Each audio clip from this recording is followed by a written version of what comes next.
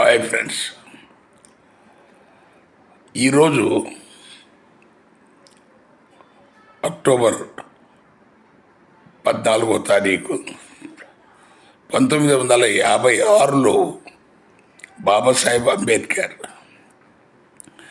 దీక్షాభూమి నాగ్పూర్లో 5 లక్షలకు పైగా ఆయన మిత్రులు, శ్రేయోభిలాషులు, ఆయన అనుచరులు వీళ్ళతో ఆయన బుద్ధ దీక్ష తీసుకోవటం జరిగింది.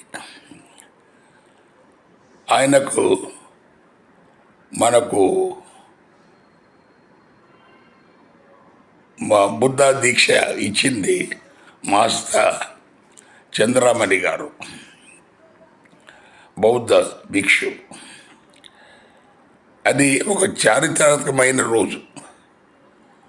మనకు అంతమంది జనాలు ఒకసారి ఈ హిందూ మతం నుంచి బౌద్ధ మతంలోకి కన్వర్ట్ అవ్వటం అనేది అది గిన్నీస్ రికార్డు ఉండొచ్చు. సో ఇది మనం ఈరోజు బాబాసాహెబ్ అంబేద్కర్ను దీక్షాభూమిని మనకు గుర్తు చేసుకుందాం. Thank you.